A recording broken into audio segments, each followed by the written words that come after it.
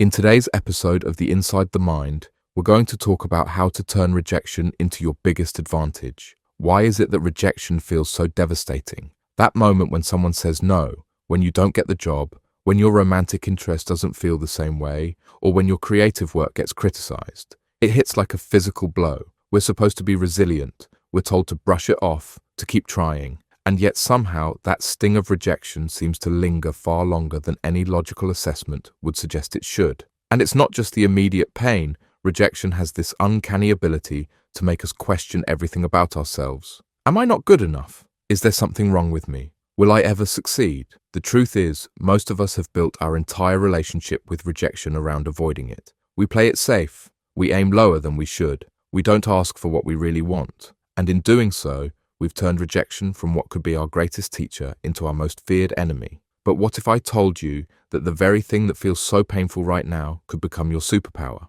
What if rejection isn't the end of the road, but actually the beginning of something much more powerful? Because the people who learn to harness rejection don't just survive it, they use it to completely transform their lives. So let's talk about why rejection hurts so much and, more importantly, how to completely change your relationship with it. Because this isn't about developing a thicker skin, it's about developing a different mind. When we experience rejection, our brains actually process it as physical pain. That's not just a metaphor. The same neural pathways that light up when you feel physical pain also activate when you feel socially rejected. This makes perfect evolutionary sense. For our ancestors, being rejected from the tribe wasn't just uncomfortable, it was potentially fatal. Being alone meant being vulnerable to predators, starvation, and the elements. So our brains developed this powerful warning system. Rejection equals pain, and pain means danger. But here's where things get interesting. While this system was great for keeping us alive in prehistoric times, it's not so helpful in the modern world. Today, rejection rarely means actual physical danger, but our brains still react as if it does. That's why a simple no can feel so devastating. Your primitive brain is essentially screaming, warning, warning, your survival is at risk. And when that survival alarm goes off, we tend to do one of three things. We fight back defensively, we flee from similar situations, or we freeze and withdraw.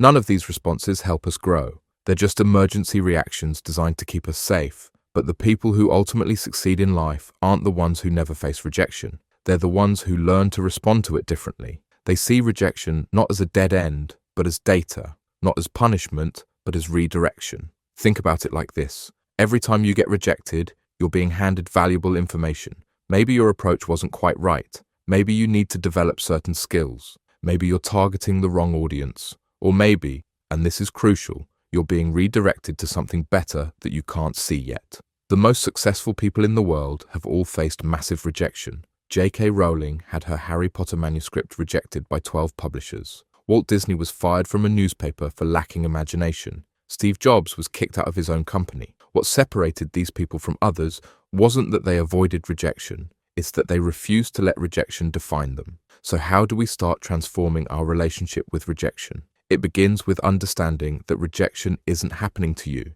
it's happening for you.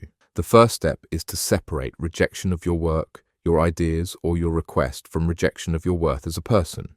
When someone says no to your proposal, they're not saying no to your entire existence. They're saying no to one specific thing at one specific moment in time. That distinction is everything. The second step is to get curious instead of crushed. When you face rejection, instead of immediately spiraling into self-doubt, ask yourself, what can I learn from this? What's the feedback hidden in this rejection? What skills do I need to develop? What approach might work better? Rejection is often one of the most honest forms of feedback you'll ever receive. The third step, and this is where real transformation happens, is to actively seek rejection. Yes, you heard that right. The most powerful way to overcome your fear of rejection is to deliberately put yourself in situations where you might be rejected. This isn't about masochism, it's about exposure therapy. When you voluntarily face your fears, they start to lose their power over you. There's a famous story about a man named Judge Yang who embarked on what he called 100 days of rejection. Every day, he would make an unusual request that would likely be rejected, asking a stranger for $100, requesting a burger refill at a restaurant, or asking to play soccer in someone's backyard. What he discovered was fascinating. Yes, he got rejected a lot, But he also got surprising yeses. And more importantly, with each rejection, the sting lessened. Rejection became a game rather than a threat. But here's where it gets even more interesting.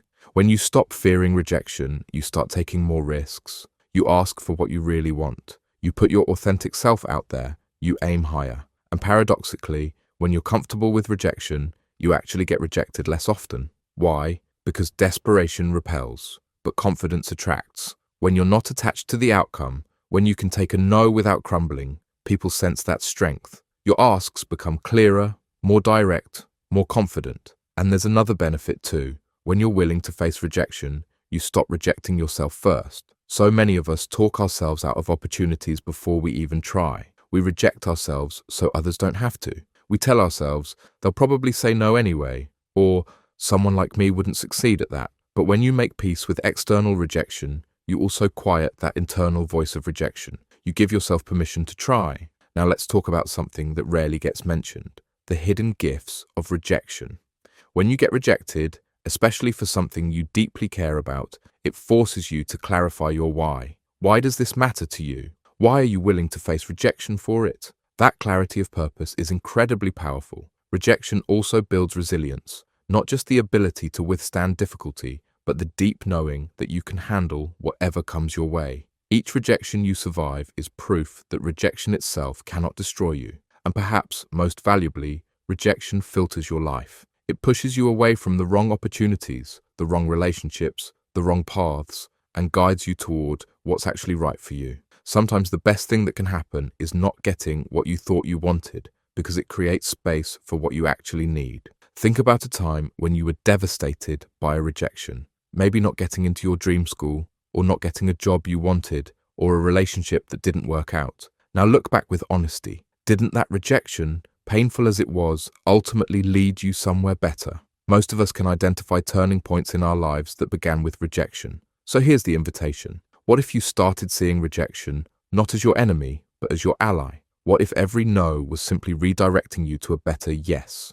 What if rejection wasn't a statement about your worth, but a stepping stone on your path? The next time you face rejection, try this. Instead of immediately reacting, take a breath. Say to yourself, this rejection is happening for me, not to me. Then ask, what's the gift or lesson in this rejection? Where is it trying to guide me? This doesn't mean the rejection won't hurt. It probably still will, but it transforms rejection from something that happens to you into something that works for you.